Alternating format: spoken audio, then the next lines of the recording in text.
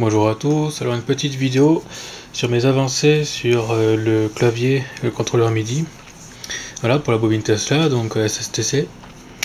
Donc brièvement comment ça fonctionne sur le principe de la modulation audio. Donc là je parle que numérique, donc on a à la base un clavier ou un PC, n'importe, peu importe. Voilà, un hacheur et puis un oscillateur. Alors l'oscillateur, dans ce cas, c'est un haut-parleur. Mais on peut très bien imaginer la bobine Tesla, c'est pareil, vu qu'il y a une fréquence en fait de résonance que l'on envoie. C'est pareil, hein, c'est la même chose. Donc on peut imaginer ça à la place. Et donc en fait, quand on envoie par exemple 10 kHz dans l'haut-parleur, il va siffler. Et si on hache cette fréquence par-dessus, donc on hache avec une autre fréquence plus basse, en fait, on va moduler du son. Donc on va produire en fait des sons qui vont être différents du 10 kHz en fait en permanence. Donc voilà, donc ça sera piloté par un clavier maître dans ce cas ou un PC, peu importe. Donc moi dans mes expériences en fait à la place j'ai mis un buzzer qui lui a déjà une fréquence de résonance en fait. Donc il oscille à sa propre fréquence telle que c'était fabriqué. Et puis c'est piloté par le hacheur et qui est commandé par le clavier maître, voilà. Ou un PC, après on peut mettre l'un ou l'autre, on verra en fonction de l'avancée, voilà. Donc concrètement, ici on a un schéma un peu plus vaste en fait.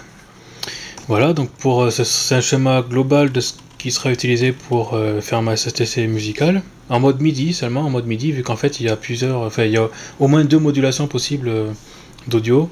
Donc là je fais que de la modulation MIDI, je parle donc.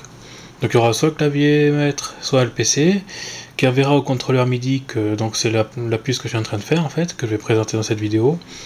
Ensuite le contrôleur SSTC en fait c'est l'alimentation SSTC que j'ai déjà montré dans une autre vidéo.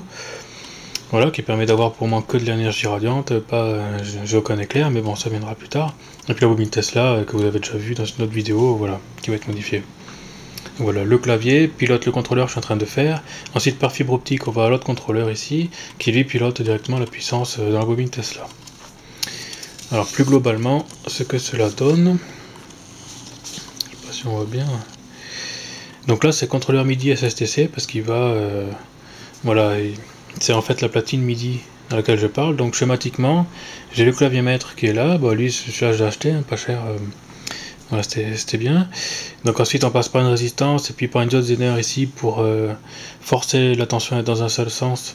Et puis pour limiter, voilà, si jamais il y a des... On sait jamais, si c'est un PC par exemple qui crame ou je sais pas quoi, voilà, on sait jamais ce qui peut se passer, donc avec une entrée optocouplée, comme ça je suis sûr du coup. Ensuite il faut penser ici à inverser le signal, donc là c'est un transistor monté en inverseur. Avant d'aller dans un RX d'un Arduino Mega, il faut penser à inverser le signal parce que sinon ça marchera pas. Il y aura n'importe quoi en sortie. Voilà, donc ça va donc je suis obligé de passer par un Arduino Mega parce que j'expliquais dans une autre vidéo en fait que le Mega il a plusieurs ports série et en fait c'est du 31250 ici la vitesse, et moi j'envoie après des infos au PC plus rapidement pour éviter de perdre du temps, donc les deux fréquences ne sont pas identiques. Donc le premier montage que j'avais fait c'était à base d'un nano qui est ici, voilà, le premier montage que j'avais fait parce que j'avais déjà fait une vidéo là-dessus. Ça fonctionnait très bien, une touche par une touche en fait, mais dès qu'on voulait appuyer sur plusieurs touches il se plantait parce que le nano n'avait qu'un seul port série, donc j'utilisais le même port série pour communiquer avec le clavier qui lui est à 31250 et communiquer avec le PC qui est à 115200. Donc du coup il fallait couper la liaison, envoyer au PC, remettre la liaison, récupérer les infos, et entre temps si le clavier envoyait des données, et bien les données étaient perdues vu que la liaison était coupée pour communiquer avec le PC. Voilà. Et moi j'aime bien avoir en fait un retour tout le temps de mes appareils vers les PC, donc pour pouvoir programmer en temps réel et faire des modifications. Donc voilà, c'est pour ça que j'ai tout démonté. Et j'ai refait un nouveau système du coup, voilà. Donc qui permet à la fois d'avoir donc un RX, donc là je passe par le RX3, donc le troisième port série, en fait c'est le quatrième mais c'est noté 3, et le TX classique qui va vers le PC pour avoir des retours, voilà. Et puis j'ai mon buzzer qui est là, piloté par un transistor qui hache tout simplement, voilà, sortie 40, voilà. Donc concrètement ça donne ça, donc c'est voilà, le nouveau système. Donc 1 méga qui est là justement parce qu'il y a 4 ports série, donc le port ici de programmation qui permet d'avoir des retours vers le PC, et puis le buzzer, son transistor de pilotage ici, Là j'ai le transistor inverseur qui est en sortie d'optocoupleur, là voilà. Et puis ici c'est le connecteur pour le clavier MIDI, voilà, donc je branche mon clavier, voilà. Donc là je vais faire une petite vidéo. Maintenant en fait, globalement ça me permet de jouer plusieurs notes en même temps. Et je peux appuyer sur plusieurs notes, en fait ça bug plus, parce qu'on n'a plus de problème, voilà. Donc il n'y a pas grand chose de connectique, hein, de toute façon c'est juste l'entrée ici. Alors pour le moment c'est comme ça, un peu à l'arrache, après voilà, donc là en fait je branche l'alimentation ici. Donc je me sers du port USB pour l'alimentation pour le moment. Après je ferai un système indépendant bien sûr, mais pour le moment voilà. Et là c'est le petit connectique qui est branché en fait sur la DIN 5 là derrière le clavier, voilà, que j'ai déjà présenté. Donc on allume le clavier, voilà. Donc les touches comme d'habitude. Jusqu'à là ça change pas trop en fait, ce qui change c'est le fait qu'on puisse appuyer sur plusieurs touches.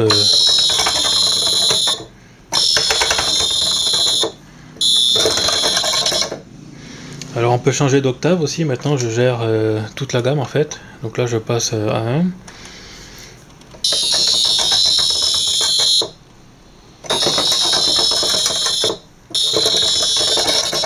Alors je sais pas si on entend bien. Voilà.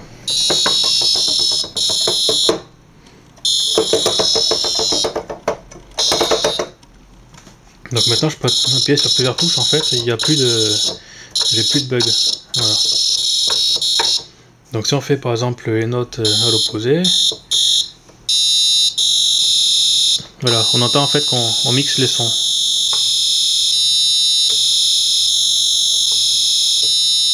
Bon après c'est pas parfait parce que c'est qu'un buzzer, donc avec le buzzer c'est pas...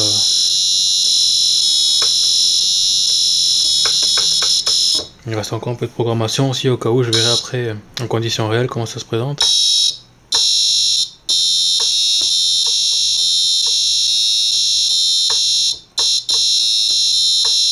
Voilà, donc globalement en fait ça c'est pas mal. J'ai un bon résultat. On peut bouger les octaves encore.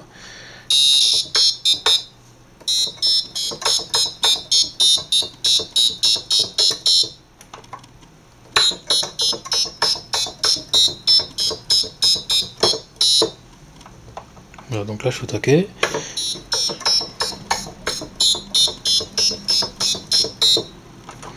Je redescends.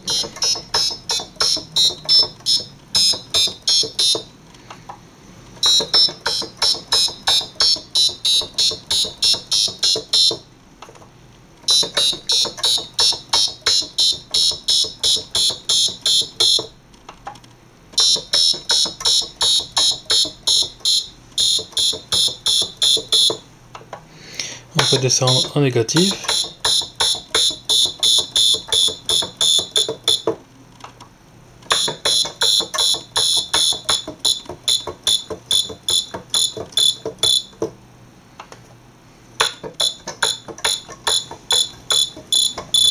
Voilà, mais là en fait on est tellement bas en fréquence que ça a du mal avec le buzzer. Bon, ce que je fais, j'envoie une salve d'impulsion. Bon, après j'expliquerai la programmation dans une autre vidéo. Voilà, donc le code pour avoir les fréquences MIDI, j'ai récupéré ça sur internet. Il y a plein de trucs intéressants en fait. Voilà, donc je présenterai ça dans notre vidéo. Et puis ben voilà, la programmation je vais l'expliquer aussi dans une autre vidéo comment c'est. Voilà. Donc globalement, le circuit électronique d'un point de vue voilà, électronique, il est assez simple. Hein. On a clavier maître qui est ici, donc voilà, que je viens d'éteindre. Ça passe par un optocoupleur au cas où, j'aime bien optocoupler quand c'est pas des fréquences trop hautes. Un inverseur c'est important parce que sinon ça marchera pas. Ensuite on a un port série qui est donc dédié pour la réception ici. Et puis il y a l'autre port série qui est là pour la transmission avec le PC pour avoir un retour. Et puis ensuite on a une broche qui est là pour le buzzer, c'est juste une partie test en fait. Donc voilà. Ça ce sera désactivé dans la version finale, et à la place, par exemple, sur notre broche, j'aurai un transmetteur ici optique, hein, comme j'avais là, ici, un Toslink, donc pour voilà, pour un transmetteur fibre, pour piloter le boîtier de contrôle de la bobine Tesla numérique, donc SSTC, voilà.